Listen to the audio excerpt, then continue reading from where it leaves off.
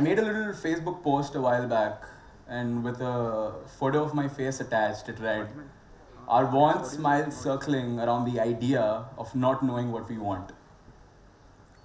And as I said that to the unexpected, it was also around the time I just dropped out of school.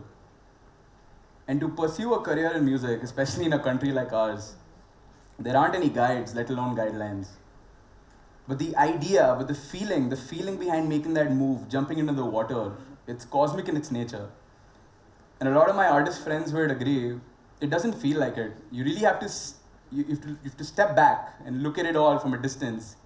And only when you're in narrative mode can you feel the magnitude of each decision a character had to make in order to stay in his character. I hope that wasn't too intense, but when I was first approached to do this TED talk, I was in a conflict of thoughts. I wanted to speak about, as much as I wanted to speak about the recent decisions I'd made, I wanted to speak about, badly needed to speak about the things that had led me to that point. I mean, I was only 17 when I dropped out. I'm 20 now. But the thoughts and these ideas bouncing in my head for the 17 years that pretty much created that beautiful progression is what really life is all about, you know. So the 10-year-old me enjoyed composing. I mean, it makes sense. My music was always around in the house. Ma being an Indian classical singer and my father playing the tabla, it made all the more sense. But maybe not. You see, I enjoyed the process more than I enjoyed the music, and I still do. As special as the final product is, it's the nature of how it took birth is what's really interesting. I have a lot of people come up to me and ask me, "Hey Ritviz, how do you go about creating this certain element? It's really attractive. I don't know how you went about creating it." And I have the same honest reply every time: I don't know. I mean, I'm lucky. I'm lucky for it to have chosen me as a home, but that's pretty much all I got for you.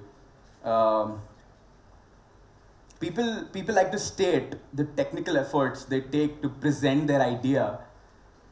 Definitely not something to be proud of. You see, when an idea hits you, it comes with its own package, its requirements. And more than anything, idea comes with a purpose. And it's our job to make sure that it meets all those requirements. So it shines, in order for it to shine the way it did in your head, look so beautiful in your head, you needed that momentum. You needed to go out and say, I want to spread this out to the people so they can hear what I heard. When I first started producing music, I was only messing around because a friend introduced me to this software, which I use till today, in fact. And I was lost.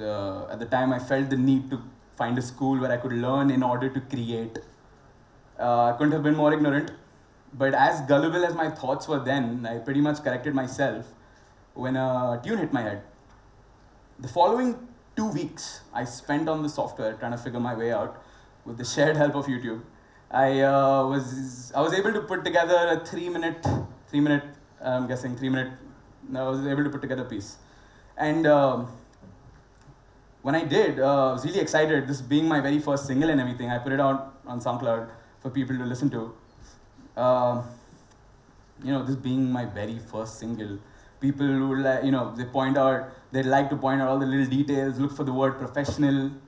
But that's okay, I guess. That's the kind of response you should receive at the very beginning too. But I guess it worked out pretty fine. I mean, it was a blessing of sorts, because I mean the song later found itself on international markets. It got signed to a label even. And what I'm trying to say is, lack of experience has nothing to do with how much you care about your idea and how much time and energy you're willing to spend for it to, as I said before, for it to shine the way it did in your head. And why shouldn't you? I mean, it's not just an idea. It is who you are. It's your identity. For 10 years, 20 years, 30 years, for people, a whole lifetime you spend following, and you've finally been given the opportunity to lead and create. But here is where I pretty much change it out a little bit. Do we create though? I mean, the idea I feel comes as a final, as a ready product. It hits us. Someone climbs into our head and they put it in there, and our job is to present it. We're not creators. We're recreators. We're not artists. We're instruments. When we hear a song or witness a piece of art, we appreciate it. We begin to appreciate it because we like the feeling that it brings us. We don't care about the creator. We don't care about the person who brought it to us. I mean, at that point, we don't think at all. We feel. And just how a paintbrush is swept across the canvas, so are we, with a little more credit bestowed upon us. And we're all part of the same flow. I mean, we have to respect the flow, and I know it starts at some point, but I guess we're falling into the unknown here. But we're not creators. We're recreators. We have all the ideas in front of us, and we're lucky enough to present it to you.